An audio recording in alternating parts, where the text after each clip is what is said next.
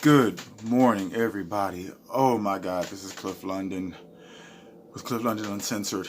And I just gotta say, I am so glad to be off work. The shift leader at my job, and of course, it's never good to say where, or what you work at online, but I'll just say this. My shift supervisor is a very insecure, tiny human, and an even tinier person. Fuck him. He's the idiot of the day, along with Nancy Polosi. I try to move on from this George Floyd thing, but it just keeps getting stupider. So, apparently, and I'm going to go through this real quick because I do actually have something else that I think is more important. But, okay, so when a member of the armed forces dies in duty or in retirement, they're usually given a triangle flag with the triangle wooden frame. Nancy Pelosi's goofy self, she decided to give one of those to George Floyd's family. I just think that's really disrespectful to those that actually served. Why Nancy Pelosi would do something so stupid. Oh, and I also heard that it was the flag that was flying over the Capitol on the day he died. See, the thing about all this stuff is, I think a lot of 25 and 30-year-olds, it's their first hurrah at this stuff. But I've lived long enough to see that, at least through a couple, that at the end of it, after all the virtue signaling, after all the pandering, after all the fake condolences, after the smoke clears, after the story is a memory, all that will be left is black folks trying to rebuild. And everyone will have forgotten about this, which is why it's trivial. I've heard all kind of different reasons for this stuff about being heard. I've heard all kind of stuff about enough is enough. And it's like, what do you mean enough? I mean, like, it's crazy. A lot of them haven't lived long enough for enough to be enough, and you could ask them historical questions. I don't mean like hardcore historical facts, but just a lot of them, like, I'll just say this. I don't want to get too off the subject here, but a lot of them just don't.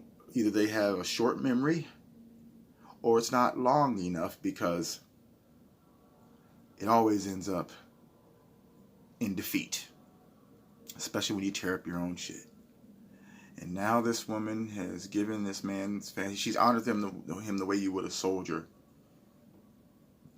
And by the way, I'm sure his former precinct did, but still no real mention of David Dorn, and I was looking at some other YouTubers today, and they tried to say this thing about, they were trying to debunk some things. They're actually wonderful YouTubers, but I was watching it, and they were saying that, well, it's different. You can't compare this to compare that, because just because you like this doesn't mean you don't care about that. Well, that's one part of it. The other, what I'm saying about crooked ass Black Lives Matter, is that they don't do shit all year. In fact, you don't hear from them until something bad happens. Oh, actually, until a white person kills a black person. That's all I'm saying. They should be active. You should hear about them all the time. You should be getting tired of hearing about what they're doing, but you don't. I'd almost forgotten about them. Anyway, moving on. I'm going to say the hero of today is my wife, because, I've been reading some books, trying to prepare mentally, the things that I might experience, and because she has a whole nother being growing inside there with its own soul, its own brains, its own, I couldn't imagine how that would mess with her psyche and her, by how she feels. But I tell you what, at this point, she's been pretty great. She's been pretty regular and normal, and I'm prepared for much worse. I love the woman, but so far, you're a champ. So she could be the hero for the day. Love you, babe. Now, so the final thing I want to discuss, which is I've been saving this for a couple of days now, because I was thinking about the word racism. And when I was young, you had different things. You would say, oh, well, racism was reserved for someone who just hates on the basis of their skin. Stereotypes was the sort of thing like, oh, because you are black, you must like basketball. And then prejudices was prejudging a situation, right? I.e., I'm going to a black neighborhood, it is going to be dangerous, someone is going to steal from me. You had those three things. And the other two, well, I honestly feel like people can change and everyone deserves a chance to change. All three of the things can be forgiven, but I think the power of these words, or lack thereof, in today's culture has been very damaging. For example, people, 20 years ago, if I had said, if I had said to someone, I don't like baseball, okay? You don't like baseball. But I said I didn't like baseball at a bar, and the white guy told me, he was like, man, that's racist. And then I started thinking, like, these fucking SJWs call everything racist, and I think it's a big problem that they call everything racist. It's like, do you not have any other shit in your fucking vocabulary? Because you got people like, okay, so this, I don't know if you guys have heard, but there's this little college running back, and his coach, Gundy or something, I don't know, it's college football, it's not that important, but he saw his coach wearing a t-shirt from a right-wing network, a shirt. Now this man is in his chill out clothes, okay? His student sees this shit and gets offended, talking about he ain't gonna do nothing at the school until his coach is like, the dude was just wearing a shirt. He might have got it for free or something. It was just a t-shirt. And little stupid stuff like that demeans actual real stuff. But see, that's not his fault. That dude's probably barely 20, so he was taught that shit by his parents and by this current system. Everything's racist, and that's just it's a damn little t-shirt. You see what I'm saying here with this stuff? Everything's racist. When sometimes you just have to, there has to be some kind of way to delineate between these behaviors, because it's getting ridiculous. It is just getting ridiculous. Racism everywhere. Racism. No, that wasn't racism. Maybe they're a stereotype. Maybe they grew up in a small town. There are people in this world that come from a town of maybe 2,000 people or 1,000 people or 500 people. One of them places out in Alaska, they drop down here. All they know is maybe what they've seen on TV. And that still depends on what they like to watch. If all they can get on television out there is 1970s blaxploitation films, that's probably what they're going to expect to see. Well, they probably might have regular TV and watch the news as well.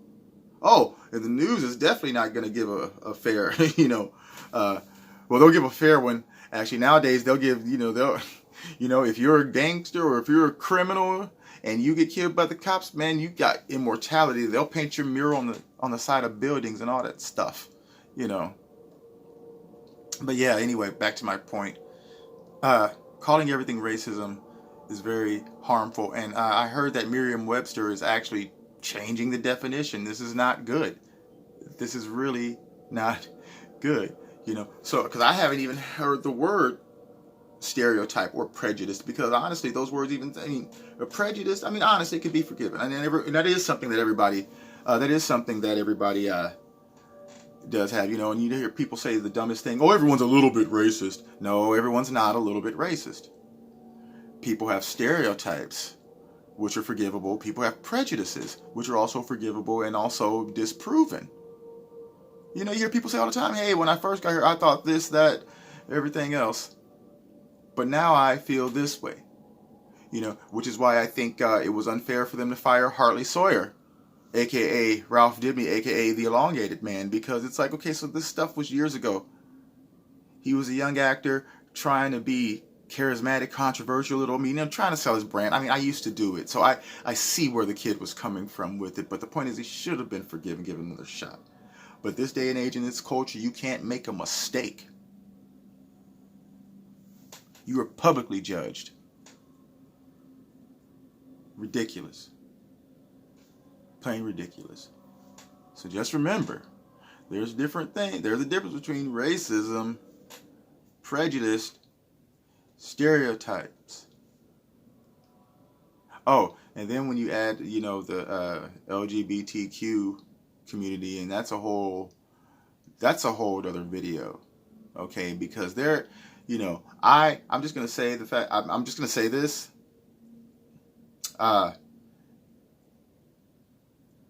What you do behind closed doors, what you do in your bedroom, no matter what color, race, creed, religion, is kind of your business. Well, it is your business. And I'm tired of hearing about their sex life, to be honest with you, because that's what it is. They deserve the best that life has to offer, love, happiness, like everyone else. But I don't need to see it, to see that stuff on Sesame Street when it's something for children. Children shouldn't be having anything sexual thrown at them between the ages of 3 and 5, which is Sesame Street's main audience. You don't need a drag queen on there. Sorry, and you don't need a blonde hot bombshell either.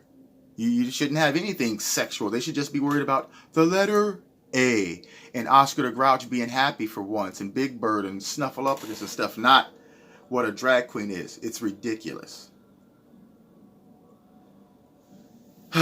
I think that's a good point in this video. Everybody, this is Cliff London, Uncensored. If you like this video, please hit that subscribe button, hit the notification bell, share the video. As I do this YouTube thing, I'm learning all about, you all know that I'm new to this. I'm learning all about algorithms and stuff like that. And I'm going, really? Really? Oh, really? Really? Is that how that works? So apparently what they tell me is that if enough people share the videos and like the video, it can help a little bit with that. So I'm asking from the bottom of my heart, please, please, please, like the video, share the video, subscribe. Please comment in the comment section. What do you think about the words racism, stereotype, prejudices? Are they all the same to you, or do they delineate between different behaviors? Let me know in the comment section. This is Cliff London. Good morning, everybody. I hope you all have a good day.